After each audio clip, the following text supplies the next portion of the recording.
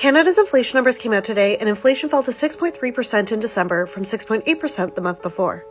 So how much does inflation affect your personal spending habits? I'll show you how to calculate this in this video.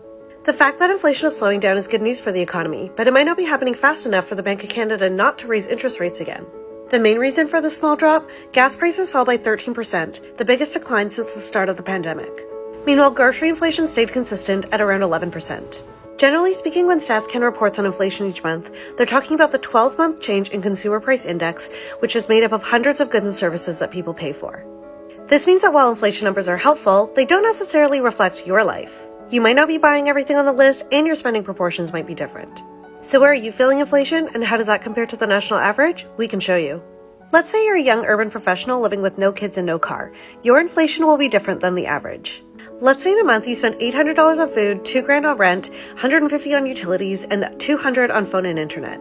$100 on household stuff like toilet paper and detergent, $250 on clothes and shoes, $120 on public transport, $80 on things like shampoo, $50 on books and your Netflix subscription, and $300 on alcohol. Your personal inflation would be 6.4% compared to the national average of 6.3%. You can see where you spent more than the average and where you may have spent a little less.